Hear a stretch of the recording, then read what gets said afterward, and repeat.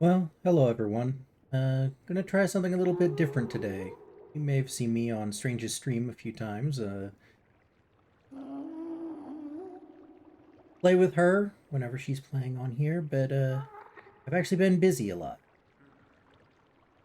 Even when she's not on, I am here by myself sometimes, and well, I get up to making things. Today, I'm actually recording because this is gonna be a big old project. Specifically, we're getting into electric. Now, the air quotes good guys have already set themselves up a big old steam generator. And steam generators are definitely where it's at. Definitely produce as much power as you can imagine. But I find it a little difficult to run the rotational power all the way around a base, especially as I can run it through the walls probably. I have a lot of space here that I can work with. But I actually have a lot of stuff here that's set up already for the electricity. These wires running across the roof here are actually kind of already set up to take electricity from back in there, putting it up to pretty much any machine through here. And there'll be a lot of it that I run through the walls as well, but it will require a lot less breaking through the walls and uh, creating large cavities. Now, I've already done a lot of that, creating large cavities for some of my machines here. Now, let's go into this mode here. You can actually see that back in the back here, I run a lot of my power through here. This one in particular has a good few water wheels here set up just to run the two machines here. And it kind of all is set up underneath to kind of be hidden away. But the more of these that I do, water wheels I end there, back here, over there. Let's just say that setting all of these up is started to make the base a little creamy.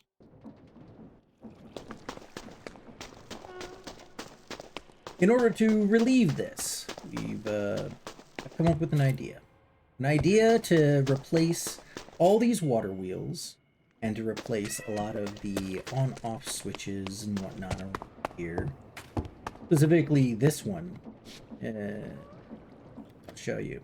This one runs and it just, it turns off the actual cobblestone generator part here. Prevents the machine from running. Except the machine is actually still running. Still has all the water wheels on. Hard to see them back there, but those are water wheels. All of this still runs 24/7, pretty much. And if you haven't noticed, well, I'm not running with shaders right now. There's a reason for that. If I ran with shaders right now, there's no way that I could record. Honestly, I don't play with shaders a lot right now because of just how framey this area is. Especially since we put in the storage system. You may not have seen that yet. Also got a crane set up here. Is actually what has enabled me to move on to this step. Because this train specifically brings lava from the nether. So we have a lot of starter lava to get started on our system with. But this is the monstrosity back here that, well, it's kind of necessary. It's the storage, the organization. It was just not there. We were living out of the utility closet pretty much, and everything was everywhere. It was a big mess. This thing, I believe, will probably be shown off on stream. We get back to streaming, and I'll kind of go through how it works, but we'll just say that it is like everything else, set up with way too many water wheels. And we're going to replace that. Now, as far as all this goes, there is a place that I set aside. A lot of this area has actually been kind of claimed by this, that, or the other. This is our overflow area. This is our project area. So put all of our shulker boxes over here. When we need them, we just break them and take them off. Go do our thing. And down here, this will be where the tunnel leads out of the base, so trains can get out to the wider world. And there's where our nether railway begins. But this wall over here, specifically at first for the lava to get dropped off here, which we don't need any lava right now. But when we do, we just take this thing on a ride to the nether to an area that I set up for pumping lava out of the nether. Actually, this whole thing right here leads out onto the nether roof. And we broke through the nether roof. If you don't know how to do that, there's some tutorials on. But broke through, put a pump through, and all the way down into a big old lava lake, which in Create means that it won't even bother pulling out a lava source block when you try to pump it out. It'll just assume, well, there's enough lava down there, it's pretty much infinite. Which is nice, because then that allows us to get started on this. We're going to need a lot of lava through this spout here. We're setting up the dripstone and all that mess over here for the steam power. But we're not going to be putting the steam power directly into our base. We're going to be putting it into an electrical grid. Now, I already set up a mock electrical grid over here. I've been doing a lot of testing, also material grinding. This is going to be needed for the project today, and this may not be enough. I actually don't know. Like a lot of people, I don't do a mock-up in creative beforehand. I just kind of visualize what it is that I'm going to need and maybe do some math on it and come up with some stuff like a lot of fluid tanks for one. But actually not quite as many steam engines as you would think. I'm going to be setting up 4 tanks.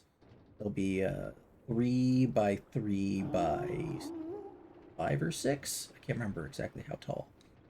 And on top of those will be where I put the steam engine. So we don't need that many steam engines. We need lots of fluid tanks, and then lots of piping, lots of cauldrons for collecting the lava in, and lots of dripstone for above there. I don't know exactly how much I'm going to need. I just have to make sure that whatever I'm producing is enough to feed these at all times. We're not going to be using the regular lava bucket way of delivering lava to these blaze burners. We're actually going to be using something a little different.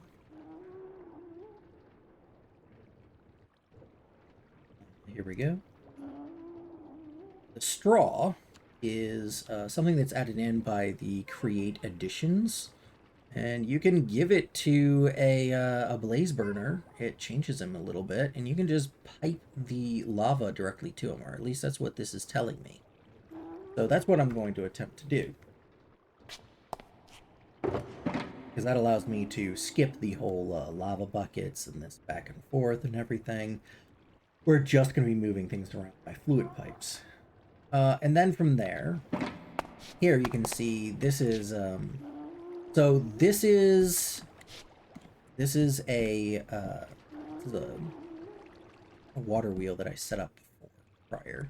This is actually one of my more powerful water wheel setups in this area. So I just unhooked it from this machine here, which was I believe it was meant to create those I don't know what the components are called, but they have to go through like 5 times. Anyway, I just unhooked that machine temporarily, hooked up a little speed device here, and then hooked it up into this. This is an alternator. Now, this alternator is not that powerful, but you can see just how much stress it takes, even at like this speed, 48. Now I'm going to be running all of the rotational power out of that steam engine at pretty much full speed. So these things should produce tons electricity. And then you just connect up a connector, add it to the electrical grid. Accumulators are really nice because they will store a bunch of it. They're essentially just batteries, and they'll store a bunch of it. And I'm gonna have a ton of these under the floor to collect up like a huge battery bank. It'll all kind of be going out together. And once that's set up, it'll mean that even if we end up going over our power budget, we'll have a lot like kind of saved up, and then we can kind of adjust how many of these we have set up, build another one if we need to, or more likely we'll be turning these machines off and on. And we'll do that with this relay. So essentially, when it's not powered, the relay does not let power through. And right now I have it set up, this is actually what's been creating all of the materials for this, because electrical engines, alternators, and these accumulators all require a big old crafting grid like this. And it takes a little while. I unhooked all of the water wheel behind this, replaced it. I created a little filtering system back here so that it creates the recipes, and get this guy going and grabbing things off of here. I'll let it run actually just a little bit. You'll kind of see that like this will start drawing power. It won't. That cannot keep up with the amount of power that this needs. I actually have 2 electrical generators up there to produce the amount of power that this needs. And so that's what I'm talking about. Up the accumulators, as long as the machine isn't running all the time, you can have enough saved up that even if you go over budget, you can keep running it. Anyway.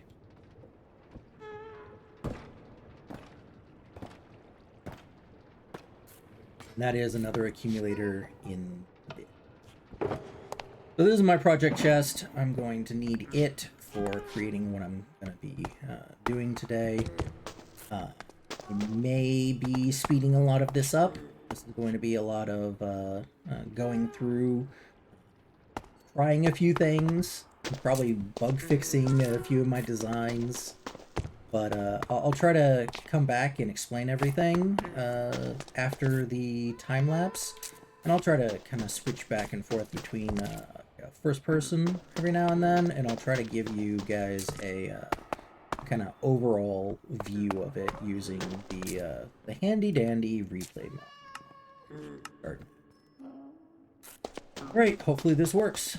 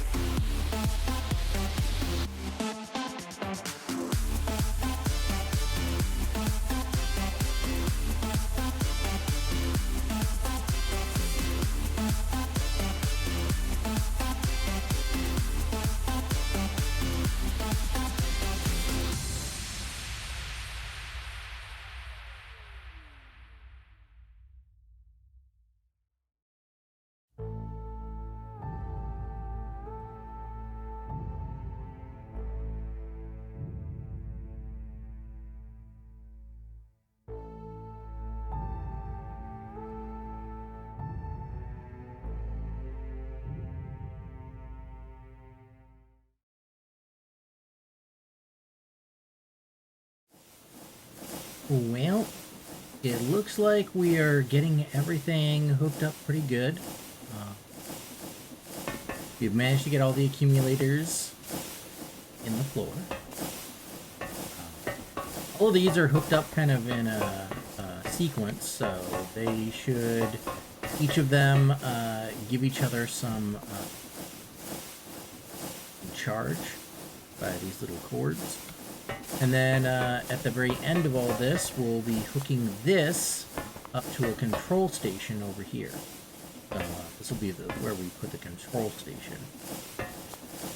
It looks like this is holding pretty steady, or at the very least, it's holding steady enough that the stress that we have here is, yeah. I mean, we're probably going to leave a bit of a buffer, because every now and then I do notice that, like, this one just kind of stays off for some reason. No apparent reason as to why it would stay off, just is off. I imagine maybe reloading into the area might fix it. I don't know. I'm hoping that not too many of those are doing that. This one's down to level 7, which is a little concerning.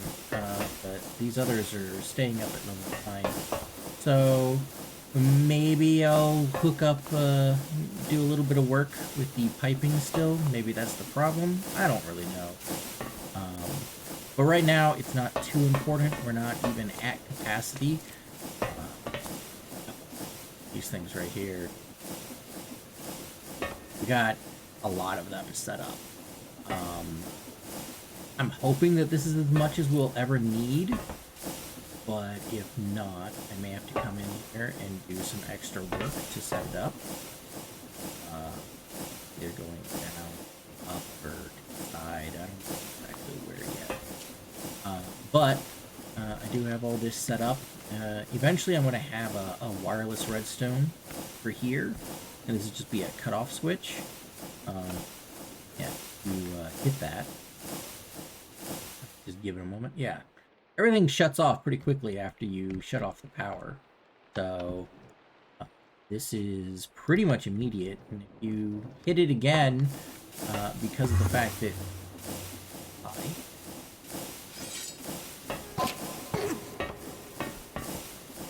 Eddie's because of the fact that there is just so much power here, that this thing can kind of start back up very quickly. Yeah, it's never going to be a real problem. And it should be able to get started very easily again. The motor back here, not covered yet. I've still been working back here, but I'll cover it up in just...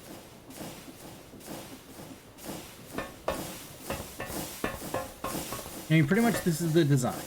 And as soon as this is all done, I'm going to hook up the power around the base. But it's been getting weird. I definitely underestimated just how much time it was going to take to get all this to work.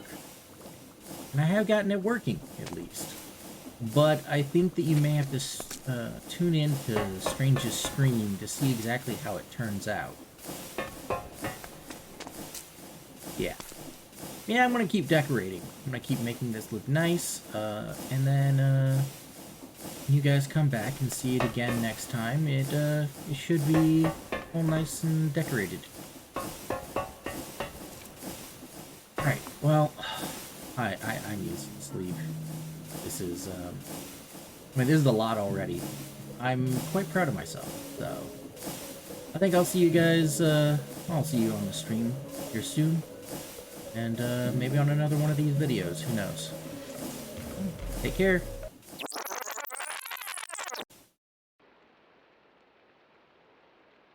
So it turns out I'm a dirty. Yeah, been working on this a little bit more, and there were a few more problems than I anticipated. There are actually two big problems. And these are things that you're going to need to note if you're going to be making something like this. First one, pretty simple. We need to make these pumpkins. Now, I know these are pointing away right now, but that's fine. Once this thing gets stress behind it, it'll point the other way. That's a weird phenomenon with these pumps is when you power them, they point in the direction of the rotational power. I don't know exactly how it's handled, but you always want to make sure that whatever direction uh, it starts pointing when you apply the stress, that's the direction that you want it to always be pointing. You don't want to flip it manually and then come back and start it back up again, because if you do, it'll flip back and forth, and then it'll be pointing in the wrong direction. So this one, in its unpowered state, does point this direction, but when it powers, it will point in that direction, so it will be fine theoretically, because this is all my testing has shown that. And I needed one of these in front of each of these. Otherwise, these guys were just not getting enough lava. I don't know what it was, but the pumps were pulling away from each other or something, and they were like fighting over the amount of lava that was available, which is weird because there's a lot of lava available, but it just wasn't working out very well. So the other problem is one that you will actually have to fix in the mod itself. So all this stuff comes from a mod called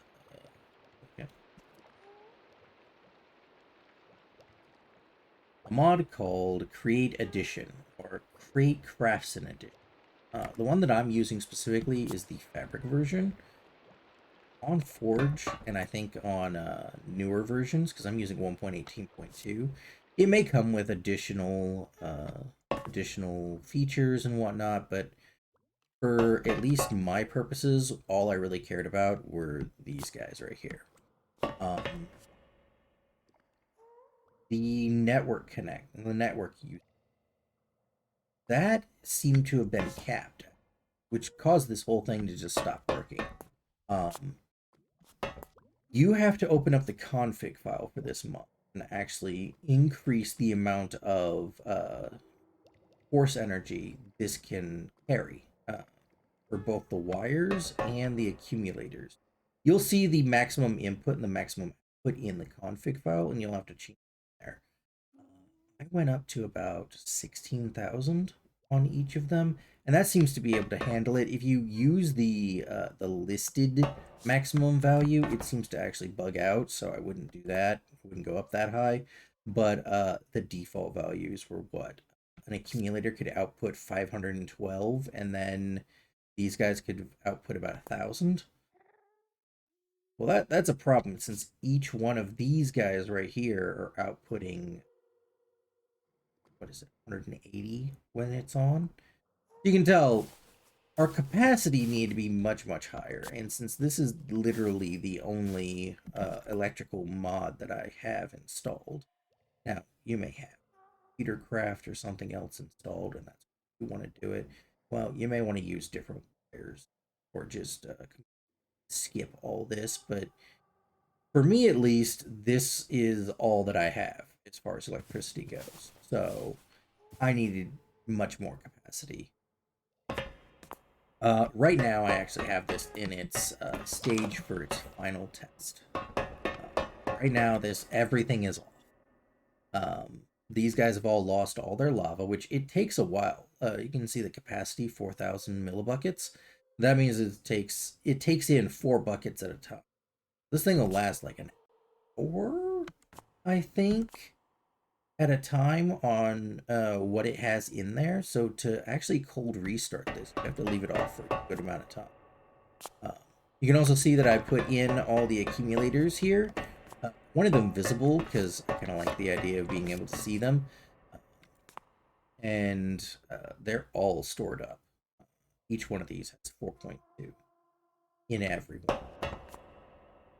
Which means that this electrical grid is actually ready to go out. I just haven't actually set it up. Here is where I want a few controls. I've got a few controls back there, but I want a few like master controls, the ability to shut off and on the electricity coming out of here through this area. And this is a backup battery. Not actually hooked up to anything right now. I just wanted it fully charged, just in case there's ever a lack of charge in the system. I can use this to jumpstart it. I would suggest doing that, especially if, in my case, I have the water pumps still hooked up to the electrical power, which is why I can turn this off and on pretty quickly. The water pumps, when they just stop pumping, they will this thing will quickly turn off because it doesn't have enough water to keep these things boiling, as you can see. But I did hook up the lava pumps. I'll show you the lava pumps down here to the mechanical power. So this is coming directly out of the steam boilers themselves. I didn't want to run it on electrical anymore because there was a slight problem with running both the water pumps and these while this battery array was charging up. I don't want to run into that again. So I actually separated them. But yeah, I just ran some chain drives underneath, up that way, up into the system, took out the old electrical generator. I have both of these reservoirs pumping into a single tank, which actually should mean that even on a cold restart, there is already plenty of lava in here. I just have to have enough power to actually power these pumps. That's going to be the trick, and that's going to be the test here. So, when I start this back up, it should have a little bit of heat. As you can see, there's a tiny bit of heat, but it won't have any lava. And I don't think that I can actually manually give these guys lava, although if it doesn't start up on its own, I may.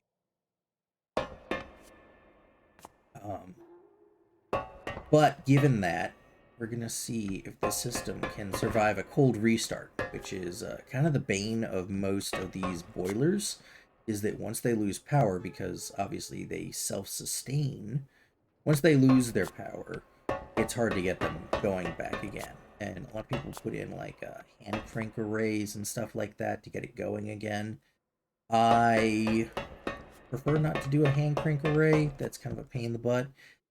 This over here, I actually set up, I believe, I don't know if I actually had this on the recording or not, but this is just a clutch array. So all these clutches feed into some chain drives behind here. You can see the connecting the back of these. And what I do is, these are all currently switched off. So none of these will produce any power right now. But that's what I want, because if I had all of these hooked up to start, the stress from all the electrical grid would actually cause this to not even start to function. So you want to have a way to turn these off if you want to do this. And I also have a master switch here, which if you're curious, these are just normal levers. I just have a custom skin in a pack. So, or resource pack, and that's why they look a little bit different. But they are just regular levers. So let's go ahead and try to turn this thing back on.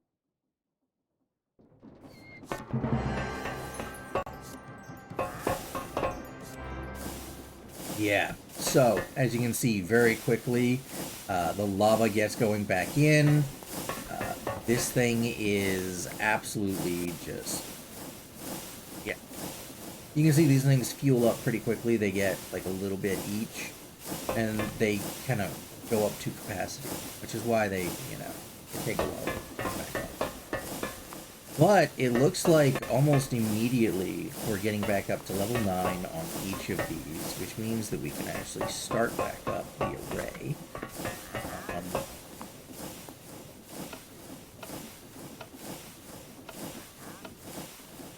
Alright, that means that now all of the electricity is being generated again. Oh, cool. And we have a lot of leftover power. I don't know if I will hook up another row of these. I probably won't. I'll probably actually pull out some of this excess power, um, maybe for the sorting system, since it's not going to need to have electrical grid. I think I may just run some shafts and hook it up that way. I mean, it is right here, so it could be easy. I like these. Everything's in motion now. Those are just purely decorative. Of course, if you ever use flywheels, they're decorative, but I just really wanted to have them up there. And this has added a lot more visual appeal.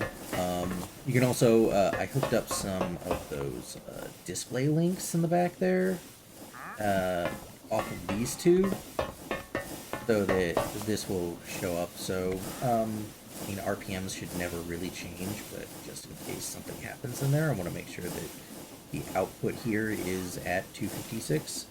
And then this is just a progress bar for how much stress we're producing. Now, as long as we never go over the amount of stress that this thing can produce, give a little bit of wiggle room just in case one of these turns themselves off or something, is that if this drops down to like a level 7, level 6 or something, we will not have any issue with the power generation. So yeah, that's it. It looks like we are actually done. And so yeah, now for realsies, I'm signing off. And hopefully I'll get this uploaded soon. Bye!